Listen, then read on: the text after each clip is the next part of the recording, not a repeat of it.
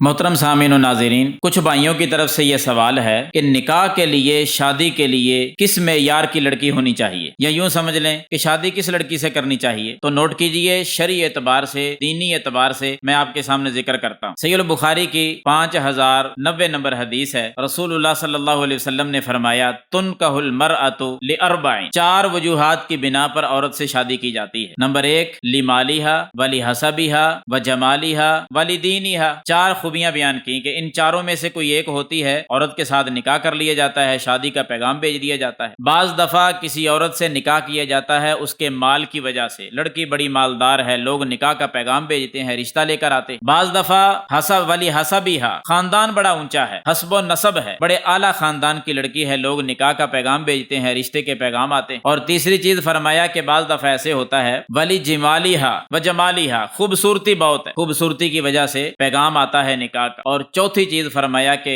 ولیدینہا، یا عورت کے دیندار ہونے کی وجہ سے نکاح کا پیغام آ جاتا ہے۔ یہ 4 چیزیں ہیں جس کی وجہ سے عورت سے نکاح کیا جاتا ہے۔ امام کائنات صلی اللہ علیہ وسلم نے فرمایا، فاظفر بذات الدین، دین والی کے ساتھ نکاح کر کے کامیابی حاصل کرو۔ چاروں میں سے دیندار، دین کو ترجیح دی ہے کہ دیندار عورت سے نکاح کرو، شادی کرو اور کامیاب ہو جاؤ۔ کیوں؟ اس لیے کہ پہلے جو 3 ہیں نا، وہ دائمی نہیں ہیں، تینوں ختم ہو جانے والے ہیں۔ مال کی کیا خبر، آج ہے اور کل کو نہ ہو۔ اسی طرح اونچا خاندان، موت آنے پر سب خاندان مٹ جائیں گے، ختم ہو جائیں گے۔ ایسے ہی خوبصورتی ایک وقت تک رہے گی، کچھ وقت گزرنے کے بعد خوبصورتی ختم ہو جائے گی۔ دین ایک ایسی چیز ہے جو دنیا کے اندر بھی انسان کے ساتھ ہے، قبر کے اندر بھی انسان کے ساتھ رہے گا، حشر میں بھی ساتھ دے گا، جنت تک ساتھ رہے گا تو دین رہے گا۔ اس لیے دنیا اور آخرت میں کامیابی دین والی عورت کے ساتھ نکاح کر کے حاصل کرو۔ حضرات، ہمارے سوال کا جواب بالکل واضح ہوا کہ کیا معیار ہونا چاہیے، لڑکی کیسی ہونی چاہیے شادی کے لیے۔ دیندار لڑکی کے ساتھ شادی کرو، گھر بھی آباد ہے اور دنیا اور آخرت دونوں آباد ہیں۔ اللہ تعالیٰ سمجھنے کی اور عمل کرنے کی توفیق عطا فرمائے۔